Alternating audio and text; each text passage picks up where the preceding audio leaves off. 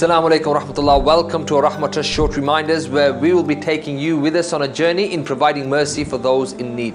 Today is a very special episode because we're going to be talking about the important concept of mercy, how it ties in with our slogan of providing mercy for those in need. Many people out there are sometimes left confused when they fall into sin and they're thinking Allah subhanahu wa ta'ala will never forgive me. So Allah subhanahu wa ta'ala gives us some great news in the Qur'an by saying, قُلْ يَا إِبَادِيَ الَّذِينَ أَسْرَفُوا عَلَىٰ أَنفُسِهِمْ لَا تَقْنَطُوا مِنْ رَحْمَةِ اللَّهِ. That all those people who have violated their souls by doing wrong, do not despair from the mercy of Allah. إِنَّ اللَّهَ يَغْفِرُ الذُّنُوبَ جَمِيعًا. Allah subhanahu wa ta'ala will forgive all sins. إِنَّهُ هُوَ الْغَفُورُ الرَّحِيمُ. Indeed, Allah subhanahu wa ta'ala is Ghafur Rahim.